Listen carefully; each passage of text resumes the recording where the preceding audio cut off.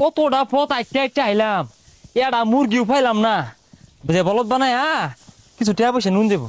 এই যে একটা দেখ কেমন হচ্ছে বলদ। রাগ করলা বাজান?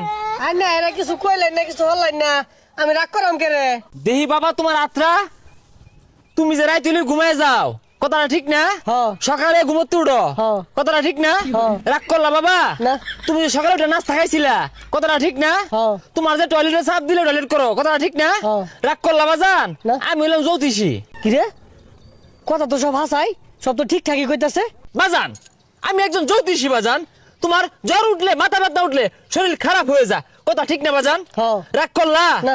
পৃথিবীতে 18,000 মাখলুকাত আছে, চলার পথে, যাতায়াতের পথে, বিভিন্ন জায়গায় এদের সাথে দেখা হতে পারে। তুমি সহজে সবাইকে বিশ্বাস করো। কত চিটার বাটপার আছে, এদেরকে তুমি সহজে বিশ্বাস করো, কথা ঠিক না বাজান? হ্যাঁ। রাগ করলা? হ্যাঁ ঠিকই কইছুন, আমার সরসর ভাইয়া মেলা মানুষ দিছে। বাজান তোমার মুখ দেখলে বোঝা যা তুমি একজন পরোপকারী মানুষ। তোমার কাছে কেউ যদি অসহায়ত্বের কথা বললা 50 টাকা চা, তুমি তারে দয়া দেখায়, মায়া দেখায় 5,000 টাকা দিয়ে দেবো বাজান। তোমার মুখ দিলে বোঝা যা। হ্যাঁ বাবা ঠিক কথা কইছুন, একটা সব মিল লাগেছে গা। বাজান তুমি অনেক প্রতারণার শিকার হইছো, অনেক দুঃখ গেছে, কষ্ট গেছে, মানুষ তোমার লোক অনেক বাটপারি করছে। অনেকেই আছে দেখবা গাছের শিবা বেছে, তাবিজ বেছে, লতা লক্কর বেচা অনেক প্রতারণা করে। আমি কিন্তু ওইগুলো করি না বাজান। আমি মাত্র দুপুরে খেয়াল লাগে 50 টাকা তোমার কাছ থেকে নিয়াম, তুমি দিতে না বাজান? হ্যাঁ।